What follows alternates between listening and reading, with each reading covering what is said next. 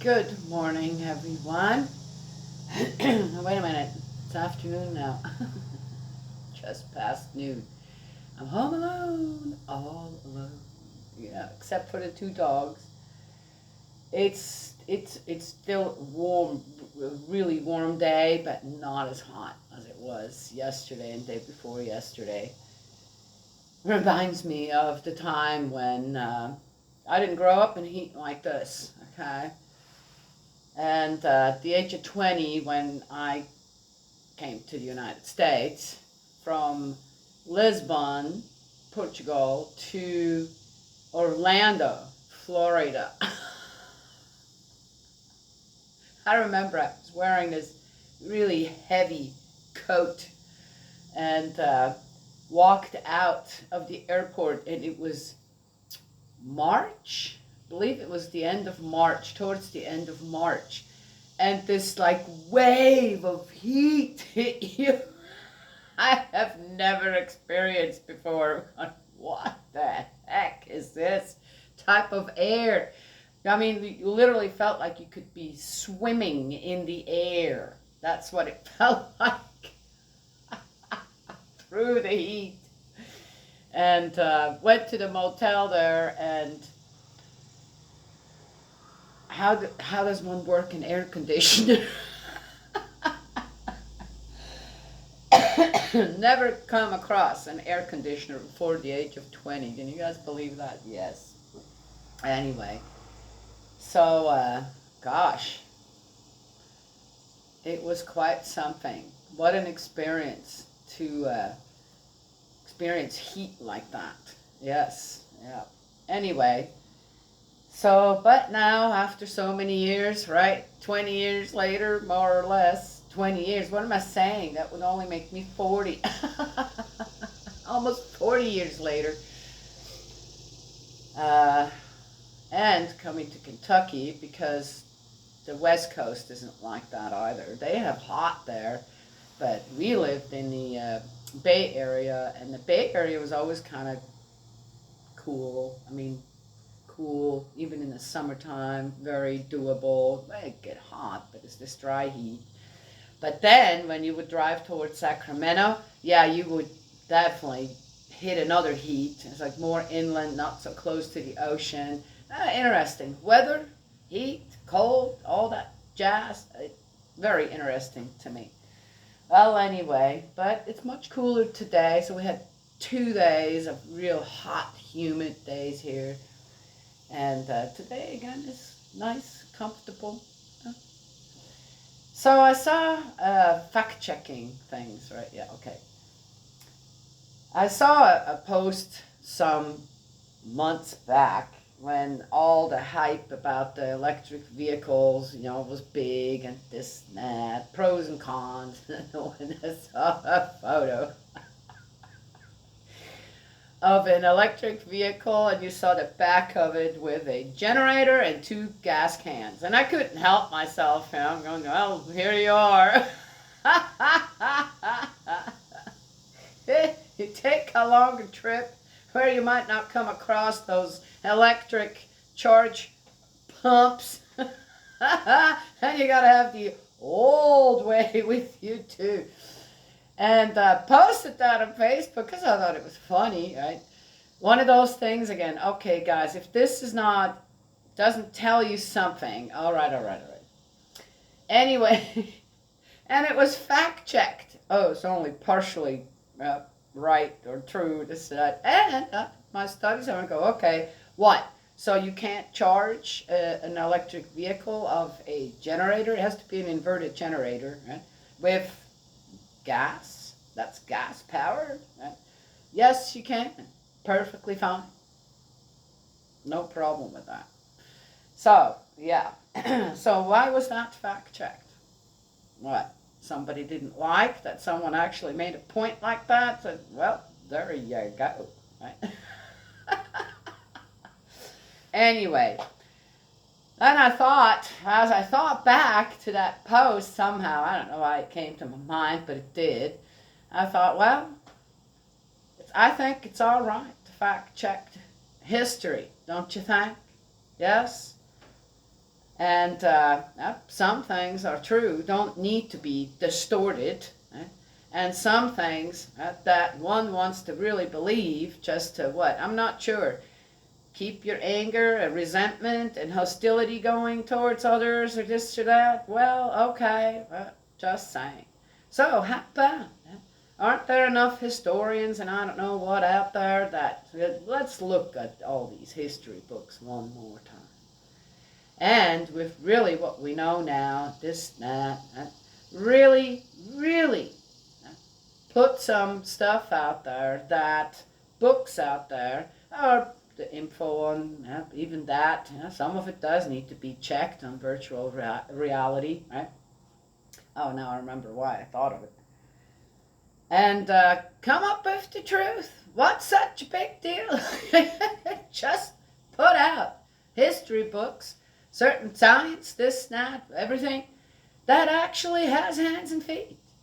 Yes? Aren't just theories castling the skies, supposed, assumed, and I don't know what. Old wives' tales, yes, they do exist as well, right? Yeah? Oh, so the reason I came onto that was that I heard a couple of women talking about the fire in Maui, yes, and on how that's already becoming a conspiracy now, and this and that, and there's influencers who are not allowed to go there, and the media is being kept. Okay, that's a huge fire, lots of destruction, and I'm sure that there are still some dangers going on there, and surely that whoever is taking care of all that, okay, the EMTs and the firefighters and the military that's possibly there to snap, right, don't have time to go looking for whom? People who come for what? The truth? Or the views? Influencers are what? How come they're not called guidance counselors online or something? Oh, there's a reason for that. Influencer sounds what? Again, a trendy, a person who's got some kind of a trend going, and the people are flocking to that one person for one thing or two things or maybe several things that may or may not be true. Okay, just saying, right? Yes? Okay. Anywho, so again, lots of people lost their lives in that fire. Also, I'm not sure when I hear people talk about, oh, this could be, and it's interesting that some people's properties didn't get burnt down, this now. But it used to be, when you had fires like that, and someone's home didn't burn down, it says, man, safe by the grace of God, or something. Right? Now it's, oh, they're doing something, that, oh, and they have, oh, there's an agenda going on. Oh, really? A fire like that can spread in no time. And before any influencer is out there having a big mouth about it, they should be talking to people who actually deal with things like that first. It's not like you don't have enough fire departments everywhere. And go and get some information. Right? Yes? And then, okay, if there's still some kind of a something, all right, well then, will it get addressed? Well, if the elite higher-ups to have an agenda, what are you going to do? Right? I mean, really. Well, anyway, so that's why the other thing came to my mind. I don't know, I have no idea. How is that connected now? Yeah, facts. Things that are true are getting fact-checked. Right? Yes? What? For discrepancies, though there are none, and that is that. And then things that, well, that's a fact. Those are certain facts. Then things that are not, because they're influencers or something. People are gonna take their word for it. People just talk. For what? They're making money, views, money with all this stuff they're doing here, online, or they've all the different outlets that you can do that on now, just like I'm reading the Bible here on YouTube, right? Yes? Okay. Well, anyway, so there is that. Something else just came to my mind, and we forgot that. Wasn't important. So, let's read here. But, yeah, facts. Facts. Let's fact check the Bible. With what? Experience that I have in life myself. And with spirit world. With my relationship with God and Jesus. Yes, true parents.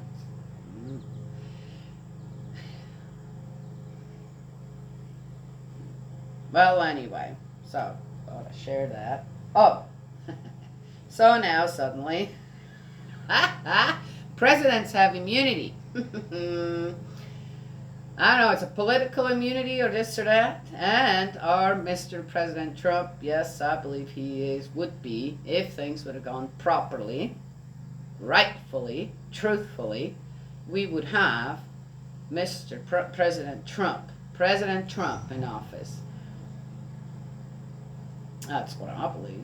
But hey, that's just me. Right? And some other, I think a lot of people out there know that as a fact as well.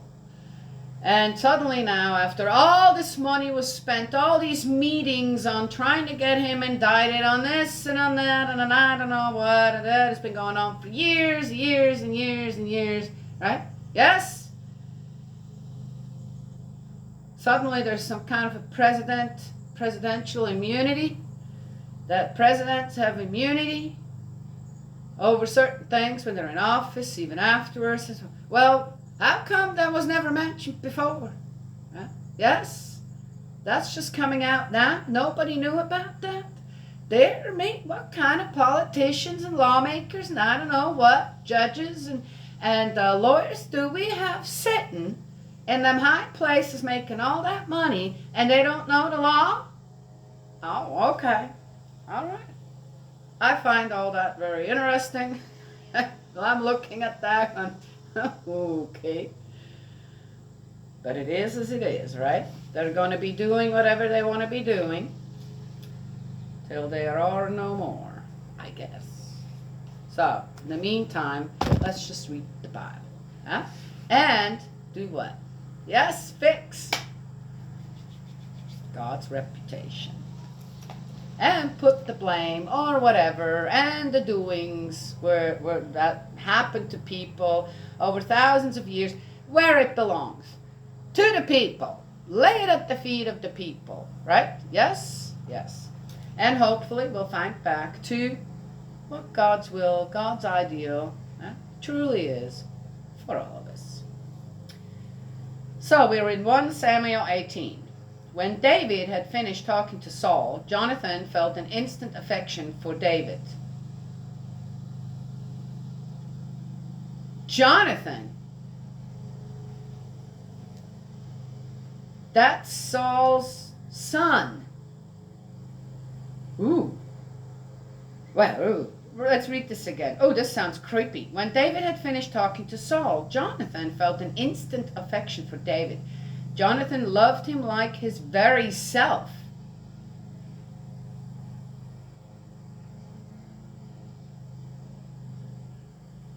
Oh, that's weird. Saul engaged him that very day and would not let him go home to his father. Jonathan made a pact with David since he loved him like his very self. Jonathan took off the cloak which he was wearing and gave it to David, and his armor too, even including his sword, his bow, and his belt. Wherever David was sent on a mission by Saul, he was successful, and Saul put him in command of the fighting men. All the people respected him, and so did Saul's staff. Again, wait a minute. What did we read here before? David entered Saul's service, and Saul had no idea who this guy was that was playing the harp for him, and then became his armor bearer. Yet here it says, and it sounds like that was before the thing happened with Goliath. Or did it? I have no idea. I can't tell. But then it also says that he would go home to take care of the sheep again of his father in between going to attend to the king.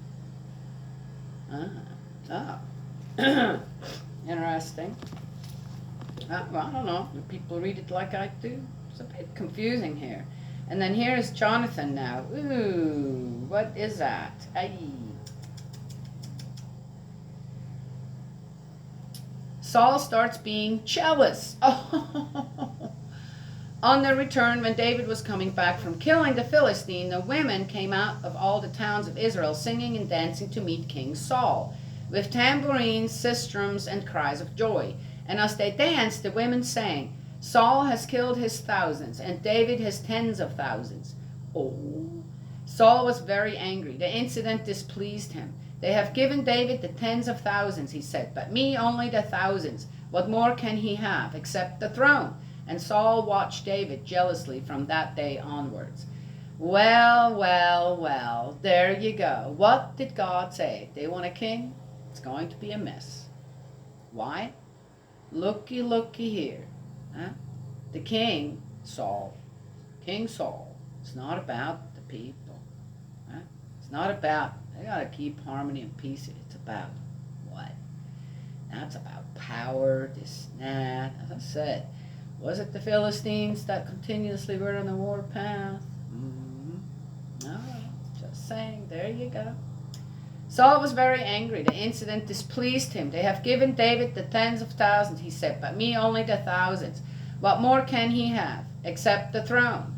Oh, and Saul watched David jealously from that day onwards. Well, I guess we have to read that twice so that we're getting a good look into Saul's, well, he's already wretched. He's already plagued by what? Yeah, nightmares. Yeah. The following day, an evil spirit from God seized on Saul, and he fell into a frenzy while he was indoors. David played the harp as on other occasions. Well, wait a minute now. Saul had a spear in his hand. Saul brandished the spear. He said, I will pin David to the wall. David evaded him twice. Saul feared David, since Yahweh was with him and had withdrawn from Saul. So Saul removed him from his presence and appointed him commander of 1,000. He led the people on campaign. In all his expeditions, David was successful, and Yahweh was with him. And Saul, seeing how very successful he was afraid of him. All Israel and Judah loved David, however, since he was their leader on campaign. So again, how old was this boy now? It doesn't say how old he was when that jealousy thing started, right? I don't know. Very non-descriptive here. Yeah, so one can, yeah, it's,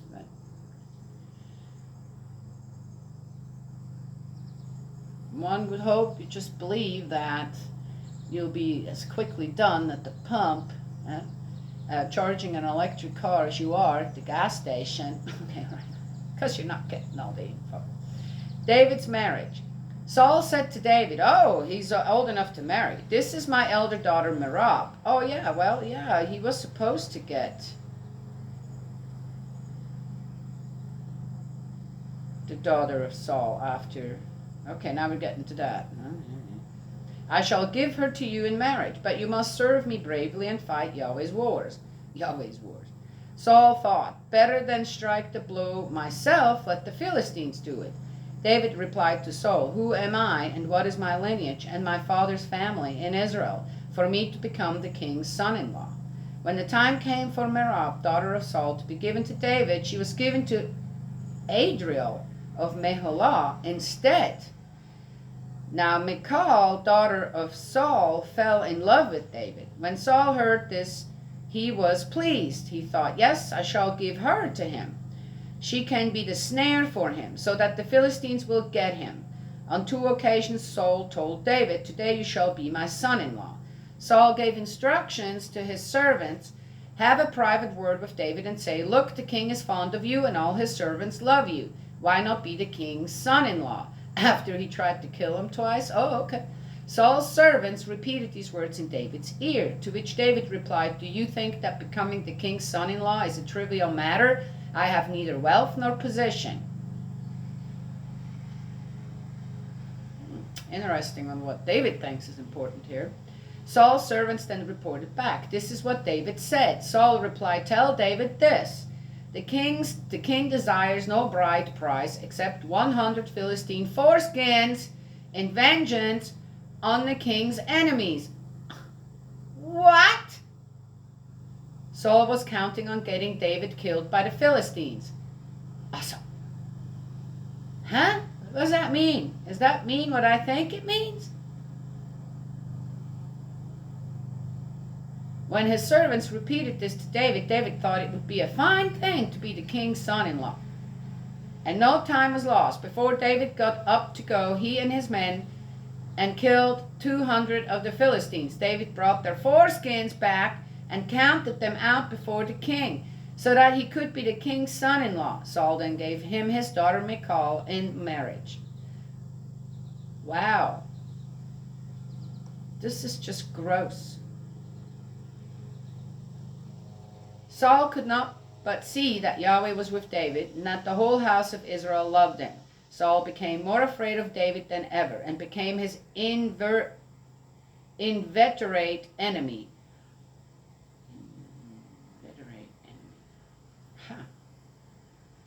The Philistine chiefs kept mounting their campaigns, but whenever they did so, David proved more successful than any of Saul's staff. Consequently, he gained great renown. So, again, I'm going to make this short because it's obviously going to continue like this, and it's like the same old again. So, the people didn't love David because he was, what? Following God's guidance? No, they loved him because he kept fighting for them, right? Yes?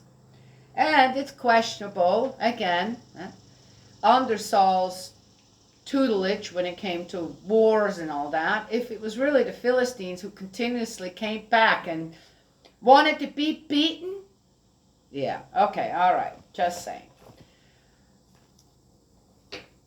What a weird one. But God warned Samuel, the people want a king. Why? They're not. They're rejecting me. He didn't say, I'm rejecting them. He said, God said to Samuel, they're rejecting me. They don't want me to be their guide. They want someone else to worship, to love. Yes? And it's all coming true. And the stories of every one of them is absolutely not in line with the Ten Commandments, is it? Yet, here's the other thing too. The people got what they wanted, and now they're seeing what? Yes? Their power as a people is growing. Through what? And it's all, as I said, whenever it suits one pulls God out of the magic hat. And when it doesn't suit one, then he stays where he needs to stay. Yes?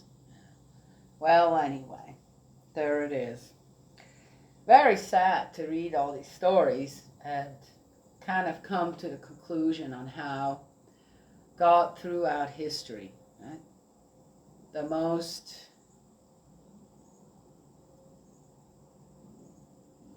amazing presence in our lives has been so used and abused. Yes?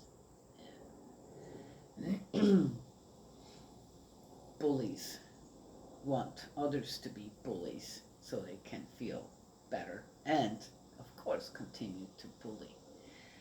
If the Israelites make God sound like them, bullies,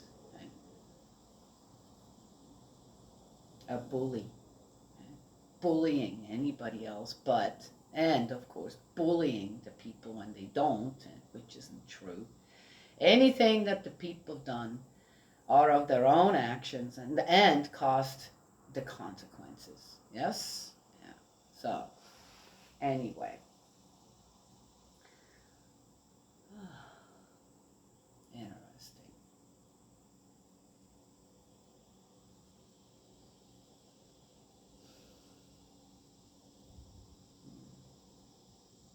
Well, the best one can do is send a prayer to all the people in Maui, the ones left behind, right? and hopefully a good journey into spirit world of the ones that have passed away. So, I know that's what's truly needed.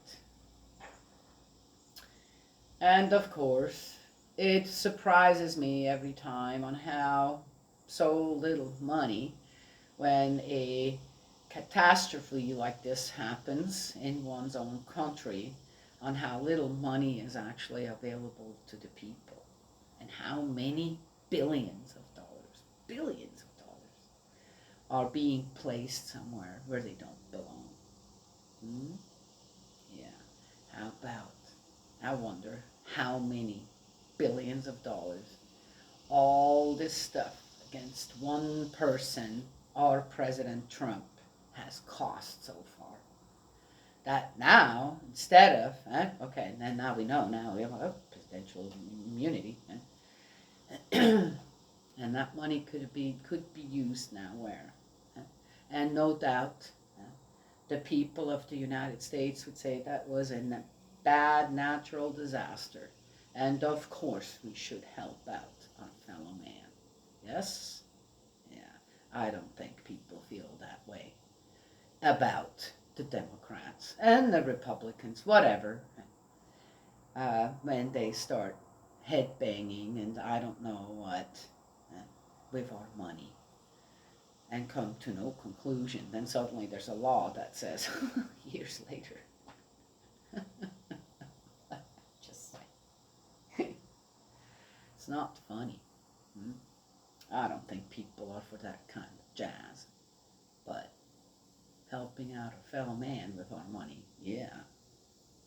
And no doubt, again, there will be GoFundMe and sites up this where people can donate, and they will. They will do more for their fellow man than their government ever will. Just like King Saul is all about himself. Just like Jonathan suddenly now has this affection for a young boy, a teenager. Loves him as he would love himself. That's a weird one too. And why is that even in there? It doesn't say anything else about Jonathan, except for my feeling is that he may have actually protected David against his own father. Jonathan's father, Saul the king. Yes? Yeah. Another interesting thing on how positions like that, when you try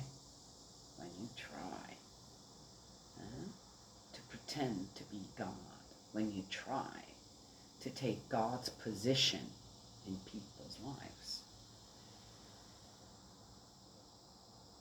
you go a bit nutty. Suddenly you lose all sight of anything that's good and right. Yes?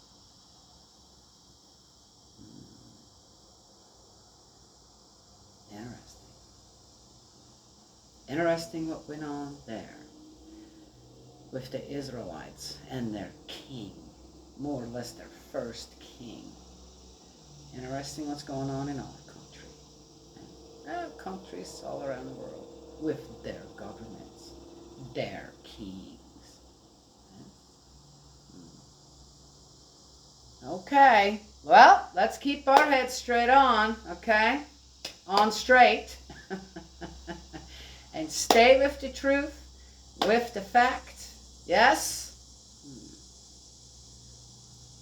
So we don't end up like them. That's right. Right, Father? God's love, blessings always. May He protect you, and I will talk to you all another time.